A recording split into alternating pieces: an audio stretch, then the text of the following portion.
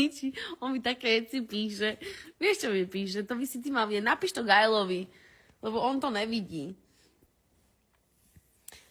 Čo? Prečo to nevidím ináč? No lebo on mi píše na WhatsApp. Toto mi musí písať na WhatsApp. Aha. Chápeš? Teraz, keď hovoríme ináč o parféme, poviem vám taký story time. Išli sme do jedného nemenovaného obchodu kupovať proste nejaké veci na presadzanie, lebo toť náš šikovný záhradkár a kamarát Patrik mi pomáhal presadzať, respektíve on ich presadzal, ja som na ho kúkala, ja som pomáhala vlastne jemu moje kvetiny, ktoré mám tu doma a samozrejme som si z toho obchodu odniesla dať ďalšie 4 nové, lebo málo ich mám však, že? No a boli sme v tom obchode a teraz vychádzali sme z pokladne von, ne? A ja som si myslela, že sa doštím, lebo my sme tam boli 2 hodiny v tom obchode, takže viete, ak to je proste. Chce sa ti furt čúrať, keď si tehotná. Takže išli sme z toho obchodu von a teraz ja hovorím, že musím ísť strašne čúrať to, keď sme boli pri pokladni tej samoobslužnej. Lenže na to, aby ty si vlastne vyšiel z tej samoobslužnej pokladne, si potreboval akože blok, hej. Takže hovorím, nič, no rýchlo to zaplatím, tu tie svoje veci a zoberiem si ten blok a idem sa vyčúrať, ne. Zatiaľ si Patrik nablokoval teda svoje. A teraz ja vychádzam z toho záchoda, zrazu vidím Patrika, že tam s nejakým pánom stojí a s nejakou pani, ktorá mala normálne košelu, akože zamestnaneckú, že tam pracuje. Takže vychádzame von, teda išla som na ten záchod a teraz idem z toho záchoda a vidím Patrika, jak tam je s nejakým čávom proste, ktorý drží moju kvetinu v ruke. Z toho košíka drží moju kvetinu v ruke a obhliadajú, ale viete, akým spôsobom, že a takto tam niečo pozera na tej kvetine. Ale nemal žiadnu vysačku, ani nič nemal. A pri ňom stála pani, prosím, v košeli zamestnaneckej, ne? Tak ja som si ako prvé myslela, mala som 2 scenáre, ktoré to môžu byť. Že prvý scenár, že pán proste random si položil niekam kvetinu, ktorú si vybral a ja proste som tú kvetinu zobrala, lebo položil niekam a mali ju vybrať tu, ja som ju kúpila a on teraz proste má problém s tým, že to mala byť jeho kvetina, že proste nejaký akože veľmi vášnivý kvetinár, alebo teda rastlinkár. To bol prvý scenár v mojej hlave. Druhý scenár v mojej hlave bol, že určite to bude nejaký pán, ktorý je zase nejaký milovník rastlín a sa mu strašne páčila tá kvetina, ktorú videl v tom košiku, že tak hľadá akože názov tej kvetiny, že kde je napísaný, že aj on takú chce. To boli 2 scenáre jediné, ktoré mňa akože napadli, hej. Keď som išla z toho záchoda, videla som tam akože tú skupinku, že bol tam Patrik, to je ten môj kamoš, tá predavačka, z toho obchodu v tej košeli, akože zamestnaneckej a tento nejaký pán, ktorý nemal žiadnu košelu, ani nebol akože zamestnancom, nevyzeral jak zamestnanec. Tak tam ohľadal tú kvetinu. Takže ja keď som sa vrátila z toho, ktoré som akože si myslela, že sa dejú, hej, práve vtedy. Takže ja som sa vrátila a ja som sa pozerala na Patrika, to je ten môj kamarát, s ktorým som tam bola v tom obchode, ktorý držal v ruke ten košík s tými mojimi vecami a so svojimi vecami, ktoré sme tam kupovali. A keď som videla proste túto situáciu, tak som si urobila srandu a hovorím, že jaj, Patrik, že zase kradneš. Lebo proste, neviem, proste som to povedala zo srandy. A keď som to povedala, tak ten pán, čo držal tú moju kvetinu, tak zrazu prestal si ju pozerať a iba tak pozrel na mňa. A ja teraz hovorím, že však, ale ja hovorím, že ja som sa tam celý čas som sa tak smiala a hovorím, že o čo tu ide, že čo sa deje.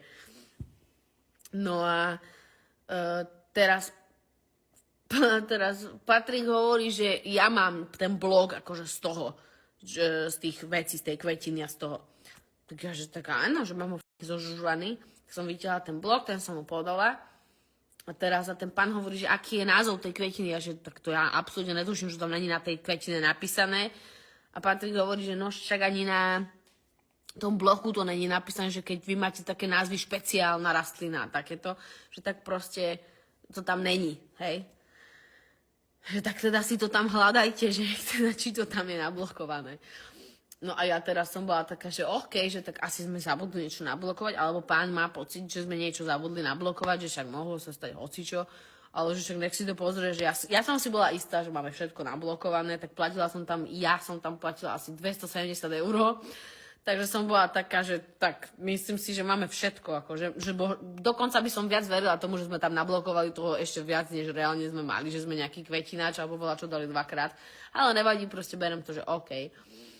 No a v tom mi pani hovorí, že a vy náhodou nejste Sima, že ja mám vašu voňavku, že už druhú. A že vážne voní, že už že vypotrebovala ju a tak. A ja teraz pozerám, že som. A v tom momente ten pán prestal čítať ten bločík a hovorí, že OK, že naozaj proste, že ten názov, že akože tie názvy tých kvetín, oni tam tak majú, že on proste nevie, ktorá je ktorá. Tak ja, že no, tak ja neviem teda, že tak si orátajte položky, alebo čo, že hovorím, že ja neviem. Akože, no on si myslel, že sme kradli, hej. No a tak pani, keď povedala, že či som si má, že máme voňavku, tak on teda asi pochopil, že tak asi sme nekradli. A ja som bola taká, že OK, že tak teda tak akože normálne sme išli odtiaľ preč. A teraz vidíme von a Patrik mi hovorí, že tak toto je strašné. Že on urobil, že z jeho pohľadu, že jeho zastavil, že došiel k nemu nejaký pán a teraz mu ukazuje nejakú kartičku a nemal žiadne označenie ani nič, hej. To teraz je, že jeho, že to je, že proste jeho nejaký ako pohľad, hej. Že teraz prišiel za ním ten pán. Pri tom, jak doblokoval a proste išiel výsť von. Prišiel za ním nejaký pán a ukazoval mu kartičku a teraz on si myslel, že to je proste nejaký hluchonemý pán, taký, ale ešte sú potom takí, že falošní, ktorí chodia s takými kartičkami, niečo vám ponúkajú a potom za rohom sa rozprávajú, ale že proste dojdú s takými kartičkami a chcú od vás, alebo žobrú od vás proste niečo. Takže Patrik proste, jak videl, že mu ukazuje niekto nejakú kartičku, tak proste hovorí, že nemám, že platím kartou, že nemám. Myslel akože drobné. A teraz ten pán kúka na ňo, že čo nemáte. A teraz Patrik, že jak je to možno, že Čavo rozpráva, že keď je hluchonemý, alebo teda si myslel, že je hluchonemý, tak pozera na ňo, že jak je možné. A Patrik sa pýta, že a čo odo mňa chcete? A ten pán, že no ja som SBS. Čo? Poď sem, počkaj, si na live streame, musíš im povedať tú story s Gajlom v aute, respektíve keď Gajlo nebol v aute, že sme s ním volali. Však čo, že si mal do Motala? No počkaj, ale začni, no môj to rozprávať, počkaj, jak deťom storytime, rozprávku na dobrú noc. Chápeš? Ja neviem, Nemusí, a pán ťa na repraku, tak buď pekný, slušný, fajnový. Možno si tu nájdeš frajerku. Možno sme sa celý čas bavili, ale pointa bola to, že sme mali, že si mi hovoril, že či nejdeme ho pozrieť, ak hrá. A ja hovorím, že ale ja nepôjdem teraz z Piešťan do Bratislavy, z Bratislavy do Piešťana, potom domov. Na to si mi nepovedala ani pol slova na tú Bratislavu, vôbec nič. Ja som ináč nechápala, prečo on hovorí o nejakej Bratislave, že nepôjde do Ale ty si ma Bratislavy. ale na to neupozornila. Ty si mi nič nepovedala vôbec, že o jaké Bratislave, nič vôbec. Tak ja sedím v aute, nie, tak rozprávam, že OK, tak akože však tak mohli ste povedať, že v Piešťanu. Nevadí, nemám tu veci, tak proste ticho. Gajlo neodpovedá, ne? Hovorím, že ja neviem, asi sa mu nechce rozprávať. Lebo my sme vtedy volali s Gajlom proste celý čas v aute. A hovorím, však asi sa mu nechce rozprávať. A hovorím, a Gajlo, že chutnal si tú babovku? A Simona mi hovorí, že za koho pýtaš? Hovorím, však jeho, ne? A on, ale on pred 10 minútami zložil. A on si myslel, že on je stále na telefóne. A však ja som si to naozaj myslel, tak lebo len mi to bolo také divné, že však akože dobre, tak asi nemá náladu sa s nami rozprávať. Že je celý čas ticho. Tak som chcel byť akože ešte slušný, že ho zapojím do debaty, ale on už tam dávno nebol, no tak. Ja som si myslela, že sa doští. No. Keby ale vidíte to sklamanie v jeho očiach. Tak dobre, to bolo sklamanie, ale aj hen tú storku si zle povedala tam, lebo však to bolo úplne, že ty si kráčala, v živote nikto by ťa nespoznal, lebo všetci máme úplne také okuliare oblečenie, jak dvaja asociáli. To je pravda. Ty tam teatrálne s úsmevom. Že nikto by ťa nespoznal. No nikto, však ona ťa spoznala, až keď si dal dole okuliare, až to nespoznala. Áno, je pravda, že som proste A ty to... teatrálne na celé obíš, že čo si kradol a ja, že táto jednota, hovorím. Ja som to isté povedal, hovorím, toto je normálne. No, takže tam ti ušla pointa. Ešte samozrejme si zabudla povedať, ak som vyberal bločky zo smetiaka. Tak to už je tvoj problém. No, Akože strašné storky. Daj nejaký story time, lebo ty keď sa budeš smiať, no tak dneska sa ale nesmiem. Dneska som sa tak nasrala. Prečo mi nejde táto batéria zas? Ona je vybitá. Jebneme. Dneska sa mi stala taká... jasné, že je vybitá. Dneska sa mi stala taká vec, teraz vám poviem, hej? Bola som v Bratislave. Išla som do Bratislavy na to. Práška skončila. Išla som do Bratislavy na to, aby som kúpila závesy, teda respektíve záclony, ale akože ja už záclony mám, prioritne som na tie záclony potrebovala tie háčiky. Kto má špeciálne IKEA kolajničky a v tom má tie záclony, tak vie, o čom hovorím. Proste potrebovala som tú vec, ktorá beha v tej kolajničke proste a drží tú záclonu, hej? Lebo doma som mala iba málo, mala som asi 2 balíky, ale potrebovala som ešte a išla kvôli tým háčikom a všetko ostatné, čo som riešila v Bratislave, som si dávala ako keby iba, aby som tam neišla iba kvôli háčikom, ale v konečnom dôsledku som tam išla iba kvôli tým háčikom, hej? Kúpila som tie háčiky, prišla som domov.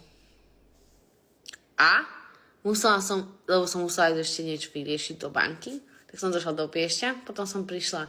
A potom som išla do Hlohovca, do nejakého obchodu. Potrebovala som zase v tom obchode niečo pozrieť.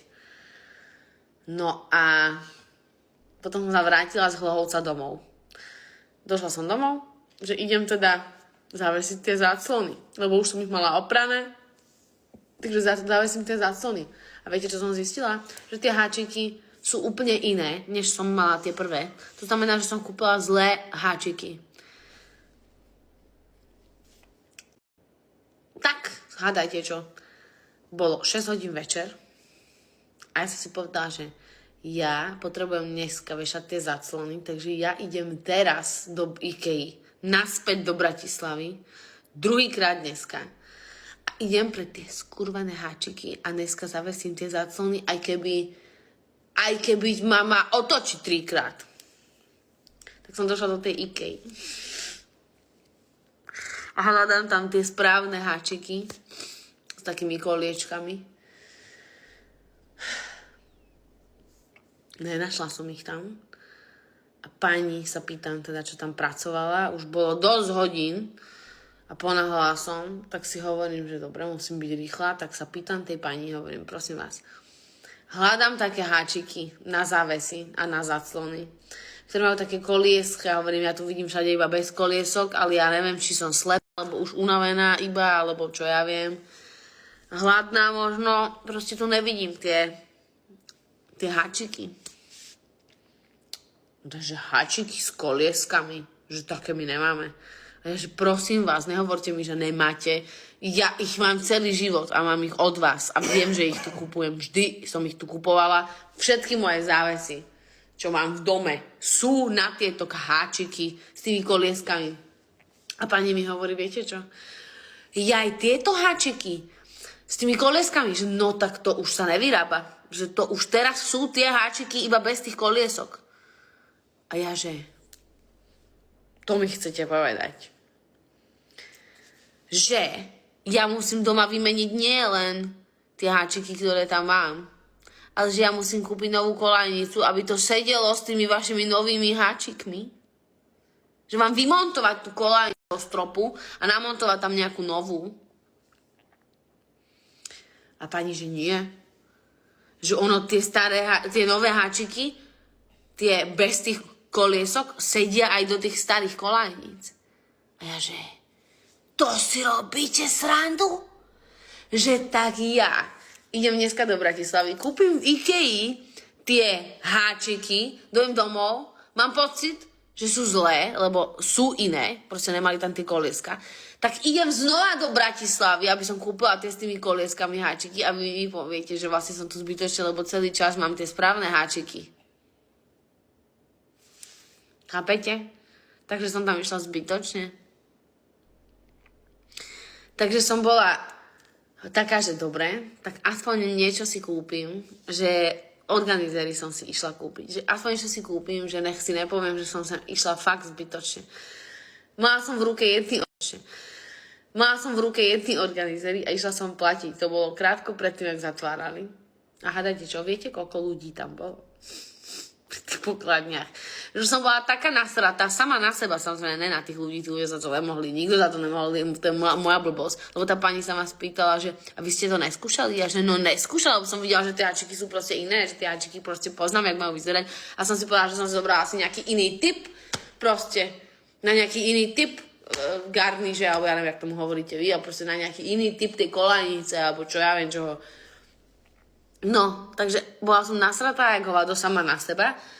O to viac, keď som proste došla k tej pokladni, tam bolo 1 000 000 ľudí a hovorím si, že ja tu s týmito organizérmi teraz budem čakať pol hodinu, že jebem aj na tie organizéry. Proste som ich tam nechala a išla som odtiaľ preč. Takže takéto veci sa... A keď chcete story time, tak teraz ti poviem story time. Išla som z domu, ponáhľala som sa brutálne. Išla som a vždycky moja rutina, keď idem vychádzať z domu, vždycky chodím autom, moja rutina je, že že prídem do garáže, otvorím si brány a následne potom si odpojím auto z nabíjačky, ktorú máme v garáži, sadnem si do auta, zložím si tam veci, ktoré si tam beriem, že pohár, kabelku, všetko si zložím, zaradím spátečku a proste pálim, hej. Proste tá brána sa stihne otvoriť vždy. Lebo tá brána sa stihne otvoriť, kým vypojím sa z nabíjačky auto, otvorím si auto, sadnem si do auta, zložím si pohár, zložím si veci, všetko si nachystám, dám si pás, tak sa vždycky tá brána otvorí. Ale hádajte čo? Ja som to tentokrát spravila opačne. Najprv som vypojila auto z nabíjačky, sadla som si do auta, zložila som si veci, dala som si tam pohár s pitím, kabelku som si zložila, dala som si pás a otvorila som si bránu, až následne som si klikla otváranie brány a teraz som si dala pás, zaradila som spátečku a išla som. A hádajte čo? Buchla som do našej vlastnej brány.